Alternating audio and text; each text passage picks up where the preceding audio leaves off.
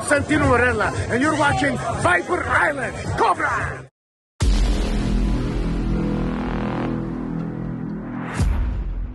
Is you ready? Ready. You say you ready. Whole squad ready. Ready. Is you ready? Are you ready? Ready. Is you ready? Whole squad. What's up, folks? We're coming in hot with fresh intel and insight from Hasbro on the G.I.JOE Classified series. What's Hasbro got on the block for San Diego Comic-Con this year? Are the newest G.I.JOE Classified figures worth the hype? What's the real story behind Budo's armor and the Tokyo SWAT connection? Could a cheaper, stripped-down his tank hit retail? And would anyone even want it? And what secret accessory was removed from Road Pig at the last minute?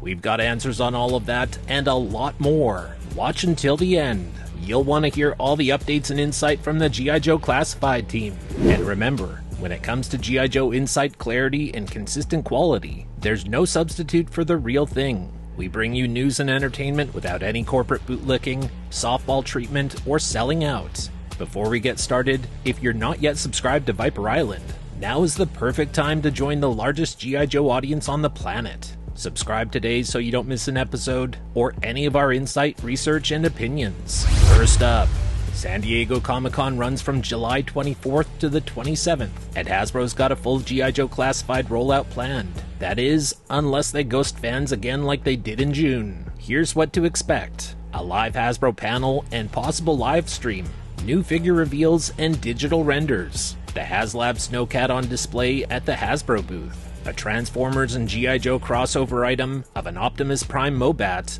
with General Hawk, this year's San Diego Comic-Con exclusive, the Cold Slither 4-pack, and new figures including the Deluxe Desert Scorpion, Grim Viper, Wetsuit, SciFi, and Mainframe. These are the 5 figures everyone will be talking about, and here's why.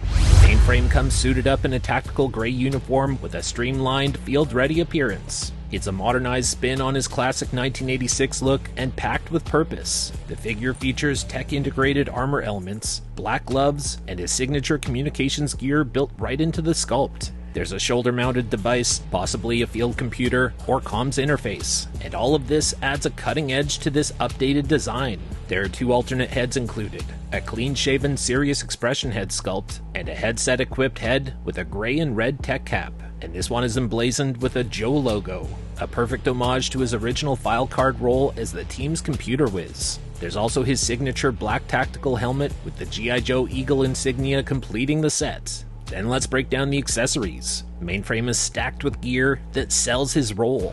There's a laptop carry case with a fold-out keyboard and interactive display, and that display has a red access screen with digital readouts. There's also a backpack-style communications rig, sculpted with impressive detail and labeled tech panels. There are 2 comms devices, possibly a signal jammer and handheld radio. The radio fits into the holster on his leg, and both of these are looking futuristic, but grounded in real-world inspiration. In terms of weapons, there's a sidearm pistol, a combat knife, and a black cable to round out his field-ready combat options. Then let's talk about some of the design notes. Mainframe stands out for collectors who really appreciate tech-centric characters. The figure toes the line between military realism and near-future espionage. The gear complements his specialty, and everything, from the radio sculpt to the laptop screen, is designed with a sense of utility and storyline narrative. Here's the bottom line on Mainframe: he brings brains to the battlefield, and this figure is a masterclass in how to modernize a vintage character without losing his core identity. With his slick digital warfare kit and tactical loadout, Mainframe feels like the Classified series answer to a digital age battlefield commander. I don't think there's any way you can look at this figure and say that this Mainframe is not a serious improvement on anything we've ever seen for this character before. Let us know your thoughts in the comments. Is this a buy it now, wait and see, or pass? Drop your thoughts in the comments and let's hear about it. Then next, over to the Desert Scorpion. This figure is pure menace from head to toe. The helmet is spot on to the 1991 original with a modern update. The clawed gauntlets and desert-toned color palette are all straight from the vintage look, but Hasbro's amped it up with sharper sculpting, more armor layering, and a bulkier, more tactical feel. This is what we love about G.I. Joe Classified. There's also a soft goods fabric off the back of his helmet, so let's clarify right now, that's not plastic. And it's the same thing with his cloak. That's made of fabric.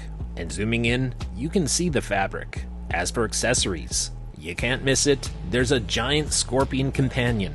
And storyline-wise, this is a creation of Dr. Mindbender, and it looks like full-on nightmare fuel. The alphanumeric name spells Scorpion. That's a nice touch. Desert Scorpion also has an alternate unmasked faceplate, a backpack with an articulated arm, brand new clawed gauntlets, and a dagger. There's a staff weapon, and 2 rifles.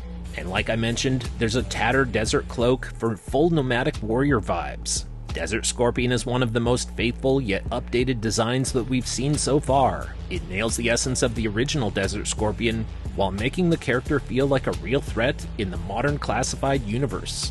And here's the bottom line on Desert Scorpion. Hasbro turned an obscure Cobra Desert Trooper into an absolute standout. The blend of the animal companion, updated weapons, cloth goods, and vintage design sensibilities make this a sleeper hit. We'll have to wait and see, but this could be in the running for Figure of the Year in 2026. Let us know your reaction to Desert Scorpion. Are you wowed by the figure as much as the Scorpion itself? And are you planning to get this? Let us know in the comments. If you're enjoying this, hit the like button and make sure you're subscribed. Then over to Wetsuit. That classic green and black color scheme with the white undersuit is instantly recognizable. His head sculpt channels a hardened Navy SEAL vibe, complete with a determined expression that says, "Get me in the water and I'll wreck Cobra's day." As for accessories, there's a removable dive helmet and scuba pack, an underwater propeller device, flippers, a knife, rebreather, and sidearm. And there's also an underwater torch and comms unit. In terms of accuracy, Hasbro nailed the vintage look while updating the suit's textures and gear for a more realistic Navy SEAL aesthetic. The backpack and gear have believable sculpting, and the orange helmet and tank combo pop visually without being cartoonish. Some people are already knocking the head sculpt and the hair, but this is a solid portrait. And here's the bottom line on Wetsuit. This is textbook modern vintage synergy. Wetsuit looks ready for an aquatic infiltration, and everything about him, from the gear loadout to the vibrant colors, feels like a love letter to 1986, but this time with the functionality of a 6-inch modern action figure. Let us know your reaction to Wetsuit. Are you into the underwater figures, or is this a pass? Then over to SciFi. His armored vest with chrome plating is inspired by the OG figure, while the lime green bodysuit underneath brings a vibrant pop of retro sci-fi weirdness that only G.I. Joe can pull off. The high-tech helmet is a sleek reinterpretation of the original bubble-style design. This is not as bright as SciFi has looked in the past, so that opens the door for a retro card-back bright green version, just like what we all expect will happen with Blowtorch. For accessories, there's a modular laser rifle with a blast effect, a power cable and generator pack, and swappable helmet and visor pieces, which allows for a visored look or a fully covered faceplate. In terms of accuracy, SciFi's armor retains the original's futuristic flair, but gives it a much more grounded tactical edge. And that blue blast effect, it looks like a perfect classified style upgrade that brings the laser to life. Here's the bottom line on SciFi. SciFi has always been one of the most visually distinct Joes, and I think we can all agree that this update makes him feel both retro and cutting edge at the same time. It's the kind of figure that jumps off the shelf and demands attention. So do you agree? Is SciFi now on your wish list? Or are you just not into this guy? Let us know in the comments down below. Then over to Grim Viper. Folks, get ready to welcome some serious firepower to your Cobra shelf. That Grim Viper has entered the Classified series lineup, and he's bringing a heavy dose of menace with him. Grim Viper is a reimagining and a partial repaint of the Range Viper, but this time with a darker, more brutal edge. Including the Hiss Fireteam Range Viper, this is now the third version of Range Viper Hasbro has made, although it's not a complete repaint. Grim Viper is essentially a Battlefield Reaper. That skull-faced helmet is back, complete with sculpted brain detail, silver accents, and glowing eyes that scream intimidation. Just look deep into those. It might be one of the best parts of this pretty awesome figure. The Grim Viper keeps the same head sculpt and backpack as the Range Viper, but this time, the color palette leans into a grittier military aesthetic. Think jungle ambush mixed with post-apocalyptic warlord. This guy is badass. His camo-painted arms, a tactical vest from the Saw Viper, forearm gauntlets from the Cobra Viper, and green-black combo gear give him a modern combat feel, dialed all the way up. The Grim Viper looks like a henchman for Darklawn. In terms of the shared elements with the Range Viper, there's the head sculpt, which is identical to Range Viper, except for the paint deco. This time he looks a lot more sinister. The backpack is the same sculpt, but recolored and now featuring gold-tipped ammo details for added pop. The body sculpt likely shares a lot of tooling with Range Viper beneath all of that gear. Overall, Grim Viper isn't just a repaint. This guy feels like the elite executioner unit within the Range Viper ranks. The name fits, he's grim, he's lethal, and he's carrying weapons that make your other Cobra troops look vastly underprepared. For accessories, he has a rotary Gatling minigun, and it's an absolute showstopper, but it has been reused many times now. It's massive, mean, and my favorite part, it's marked with tally slashes, a nod to Grim Viper's confirmed kills. This is a huge visual statement, and it's a nice little detail that we appreciate. There's a backpack, 2 combat knives, 1 standard black, and 1 silver blade, as well as a sidearm. Here's the bottom line on Grim Viper. This feels like the Classified series is now tapping into that Call of Duty meets Mad Max energy. Gritty, merciless, and ready for a scorched earth mission. While it shares parts with the Range Viper, the character that this figure creates is unique enough to stand on its own. It's a repaint done right, recontextualized, rearmed, and visually upgraded. So let's talk about these 5 new reveals. In our opinion, they show exactly why Classified continues to dominate collector conversations. Vintage heart, modern execution, and smart accessory choices. Whether you're army building with Desert Scorpion or Grim Viper, diving deep with Wetsuit, setting up a special ops mission with Mainframe, or lighting up Cobra Alley with SciFi's laser cannon, each figure brings personality, playability, and standout shelf presence. All 5 figures will be revealed during this year's San Diego Comic-Con. Keep an eye out for Night Viper to possibly be revealed soon as well. As we've said in the past, he does make a lot of sense for the Walmart line, so we're just going to put that out there. So let's turn this over to you. Which of these new reveals are you most excited for? Are you planning to get them all, specific ones, or none at all? Sound off in the comments, and let's see how much interest there is in these new upcoming figures. If you're enjoying this, hit the like button and make sure you're subscribed. Next, here's a wild one from the Hasbro cutting room floor. According to Lenny from the Joe team, Road Pig was originally meant to come with a giant, mouth-stretching cheeseburger. And not just any cheeseburger, a thick one. The kind that would have made this Dreadnought brute look like he was mid-bite between smashing things. Remember that open-mouth head sculpt? The one that no one likes? Well, it turns out it wasn't random. It was designed specifically so that Road Pig could chomp down on that beefy cheeseburger. But, somewhere along the way, big surprise, the cheeseburger got cut due to cost. The head sculpt stayed, and without context, it left a lot of collectors scratching their heads. What we're left with is a face that doesn't quite land, because it was never meant to stand alone.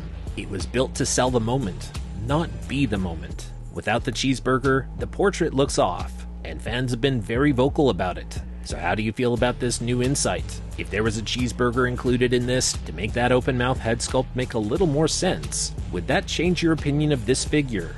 Whichever side of the fence you're on, let us know in the comments down below.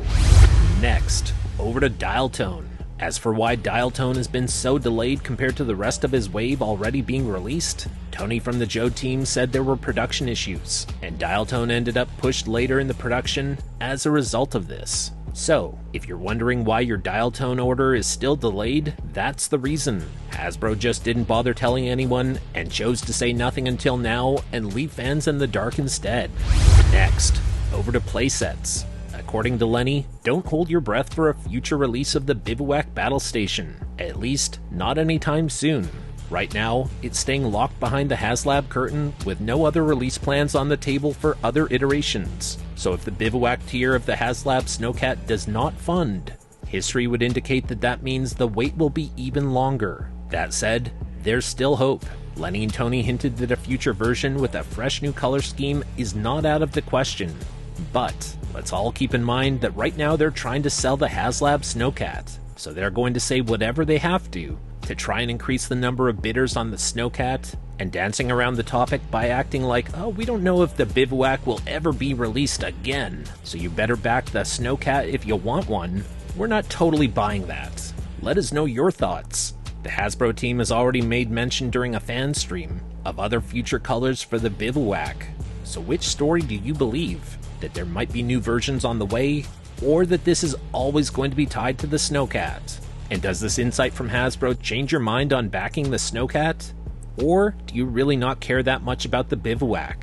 As always, sound off in the comments and let your voice be heard. Next, over to the Hiss Tank. Lenny from the G.I.JOE team dropped an interesting nugget.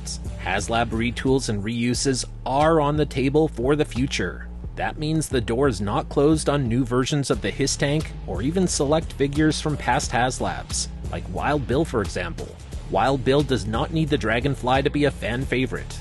I think a lot of us are all waiting for a retro card release of Wild Bill. The Hiss Tank in particular is a standout candidate for revival. Lenny even admitted that it's a vehicle the team might want to revisit outside of Haslab.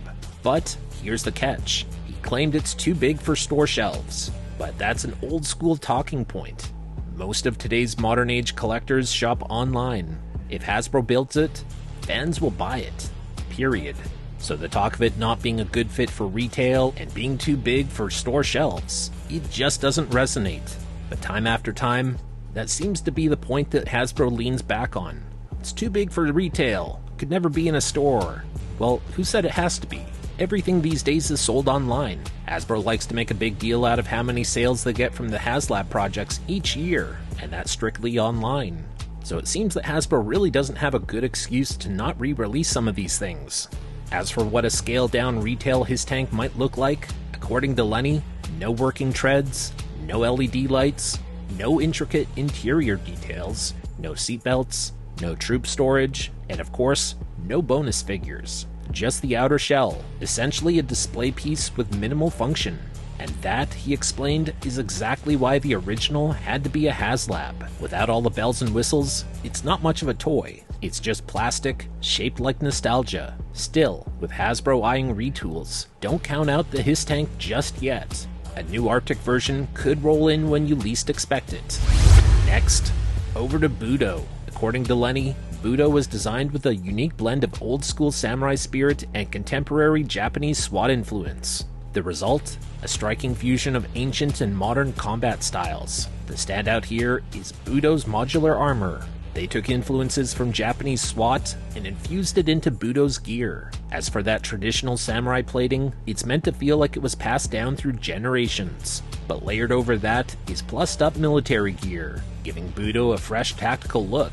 But it's a lot more than that. It's now part of the story, one that honors his legacy while pushing him firmly into modern combat scenarios. Tony added that the design team loved how it all came together, especially the potential that this opens up for future figure variants of Budo or even troop builders. The modular design means you can mix and match parts, and he said that it still works visually. This flexibility could be a game changer for collectors looking to customize or army build with style. And for those wondering where to store all of Budo's weapons, Lenny originally wanted to include a stand to display Budo's gear like a proper weapons rack. But, once again, big surprise. That idea did not make the final cut, because Hasbro cut it due to budget reasons. All of that gear and no weapons rack. Let us know how you feel in the comments down below. And do you even believe that? If you're enjoying this, hit the like button and make sure you're subscribed. Next, over to Slice and Dice. Lenny set out to spice up the classic farming hat. And what's more fun than turning it into a shield with spinning blades? That's exactly what they did. Functional and deadly, it's now a standout accessory that does double duty. And when it comes to 2-packs, the G.I.JOE team goes all in on gear. Looking ahead, stay tuned to Viper Island for full Comic-Con coverage. For all new releases, new rumors, new name-only reveals, and everything else, we've got you covered. And there you have it. You've made it to the end of this episode, and we really appreciate that. Thumbs up down below. And we would love it even more if you take just 1 second of your time. Make sure that down below you are subscribed to the channel. We ask that you do, because that guarantees that we definitely get to see you back here again next time. Thanks for tuning into Viper Island, your one-stop shop for all things G.I. Joe. When there's relevant news, we'll be here to discuss all of it, together with you. Thanks for watching, thanks for supporting, have a great day, and yo Joe!